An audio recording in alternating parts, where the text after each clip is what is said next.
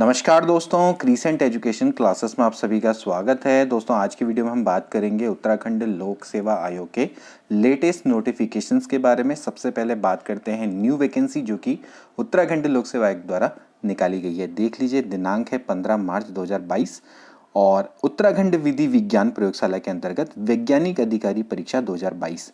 प्रकाशन की तिथि आप देख सकते हैं, जब आप ऑनलाइन आवेदन भरेंगे तो 4 अप्रैल से भर पाएंगे और 19 अप्रैल 2022 तक इसकी लास्ट डेट है। ठीक है, हमेशा ये अति महत्वपूर्ण निर्देश को पढ़ लेना चाहिए। ठीक है, और अभ्यर्थी ये सुनिश्चित कर ले कि भाई आप जो भी अनिवार्य शैक्षिक अर्हताएं हैं, अन्य अर्हताएं हैं या फिर जो भी आप वांछित अनुभव है वो 4 अप्रैल 2022 तक धारित करते हो।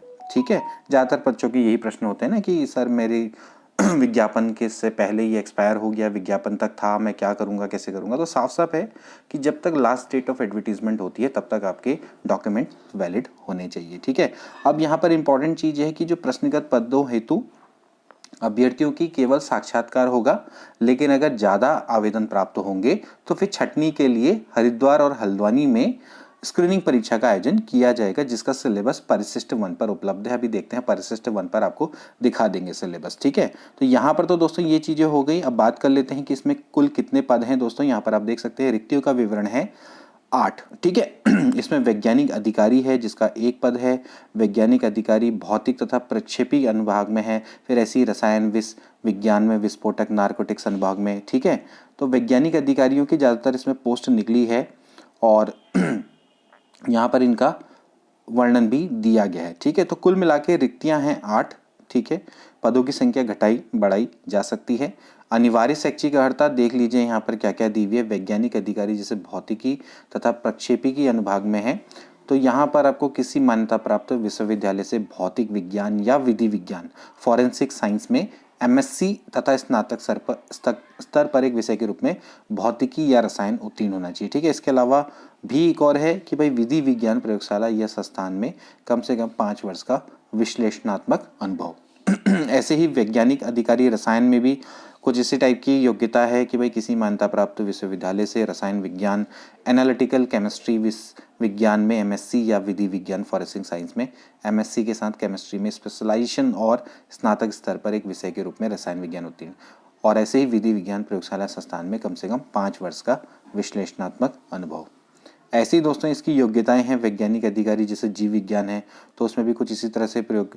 लास्ट में आपसे ये जरूर देखेगा कि भाई विधि विज्ञान प्रयोगशाला संस्थान में कम से कम 5 वर्ष का विश्लेषणात्मक अनुभव। वैज्ञानिक अधिकारी जीव विज्ञान अनुभाग में क्या पूछा गया, डीएनए अनुभाग में किसी मान्यता प्राप्त विश्वविद्यालय से जंतु विज्ञान, वनस्पति विज्ञान, human biology, physical anthropology, human genetics, जीव विज्ञान माइक्रोबायोलॉजी, मॉलिक्यूलर बायोलॉजी में एमएससी या विधि विज्ञान में एमएससी या तथा जीव विज्ञान के में स्पेशलाइजेशन। ठीक है, तो ऐसे ही दोस्तों इसमें आपको योग्यताएं मिल जाएंगी। इसका मैं आपको पीडीएफ टेलीग्राम चैनल पर अपलोड करवा दूंगा। ठीक है, और अधिमानी अर्हताएं क्या है कि अगर आपने पीएचडी किया हो संबंधित क्षेत्र में और विधि विज्ञान से संबंधित परीक्षण कार्य एवं शोध का अनुभव। ठीक है, बाकी अधिमानी अर्हताएं वही होती हैं जैसे कि अगर आपने प्रादेशिक सेना में 2 वर्ष की न्यूनतम अवधि तक की सेवा की हो, एनसीसी में आपको बीएससी सर्टिफिकेट आपको मिला हुआ हो। ठीक है, तो ये चीज़ें। ठीक है, बात करेंगे इसके वेतनमान की, तो वेतनमान बहुत अच्छा है।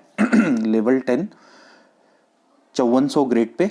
ठीक है, पद का स्वरूप क्या है, गजेटेड ऑफिसर की दोस्तों पोस्ट है और अंशदायी पेंशन नहीं कहते हैं कि एनपीएस के दायरे में आएगी। ठीक है, आयु सीमा में इस बार 1 साल की छूट दी गई है तो 21 है, न्यूनतम अधिकतम 43 वर्ष। ठीक है, ये आपको अभी छूट चल रही है। ठीक है, बाकी देखिए सब चीज़ें वही हैं जो कि होनी चाहिए। राष्ट्रीय वही है, चरित्र, वैवाहिक परिस्थिति, शारीरिक स्वस्थता, आरक्षण, इन सभी में वही चीज़ें। ठीक है, अब एक बार देख लेते हैं कि थोड़ा इसका सिलेबस क्या है, उसको एक बार जरा चेक कर लेते हैं। तो दोस्तों ये परिशिष्ट 1 में इनका सिलेबस दिया गया है। देखिए स्क्रीनिंग एग्जाम ऑब्जेक्टिव टाइप है। टोटल नंबर ऑफ क्वेश्चन यहाँ पर 100 रहेंगे और मैक्सिमम मार्क्स आपको 200 इसमें है, यानी कि प्रत्येक क्वेश्चन शायद 2 मार्क्स का होगा और टाइम ड्यूरेशन 2 घंटे का दिया गया। जैसे फिजिक्स एंड बैलिस्टिक डिवीजन। ठीक है, तो यहाँ पर आप देख लीजिए जैसे फिजिक्स है तो उसमें मैकेनिक्स है, ईएम वेव्स हैं, ऑप्टिक्स है, optical instrument, wave and acoustics. ठीक है, एटॉमिक एंड मॉलिक्यूलर फिजिक्स है, lasers, nuclear physics, solid state physics, electronic, जो कि जनरली आपका एक बीएससी लेवल का जो कोर्स है वही इसमें दिया हुआ है, ठीक है। फिर पार्ट बी में फॉरेंसिक, बैलिस्टिक एंड फिजिक्स है।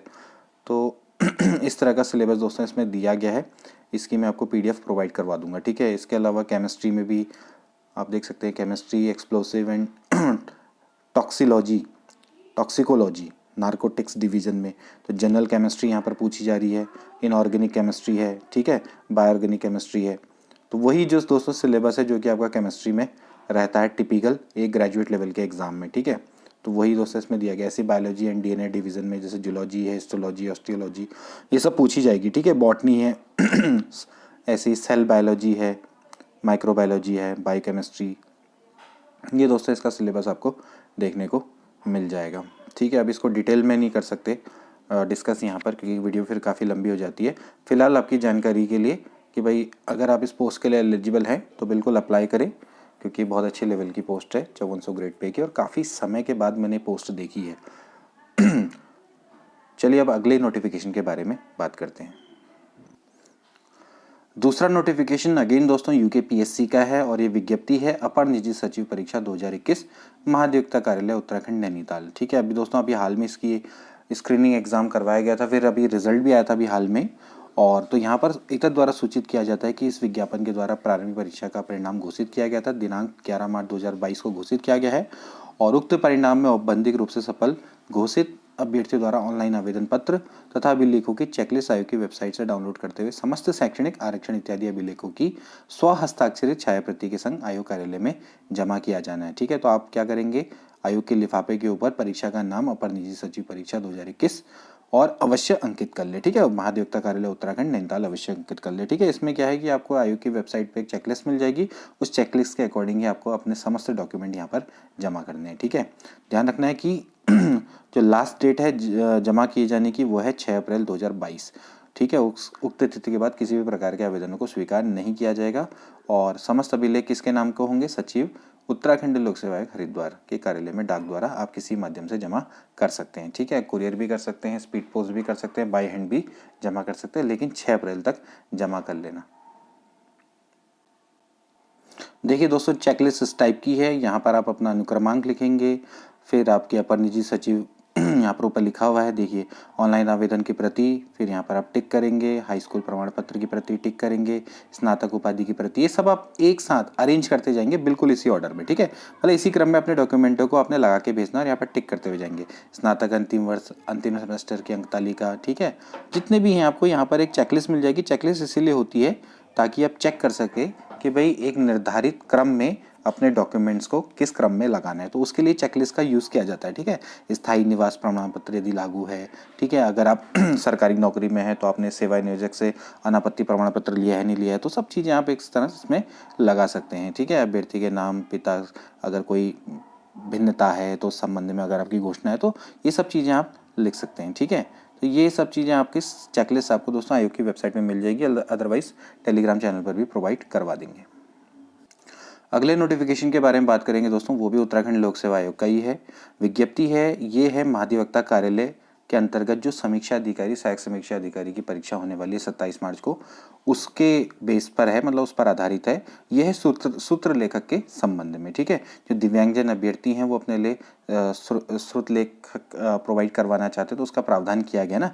तो यहाँ पर क्या है कि जो श्रुत लेखक है उसके जितने भी शैक्षिक योग्यता है उसके बारे में आपको जो भी डॉक्यूमेंट्स है वो आपको प्रोवाइड करवाने हैं, ठीक है। तो अंक तालिका है, प्रमाण पत्र है, वो आपको कार्यालय में दिनांक 23 मार्च 2022 बुधवार तक उपलब्ध करा देना है, ठीक है।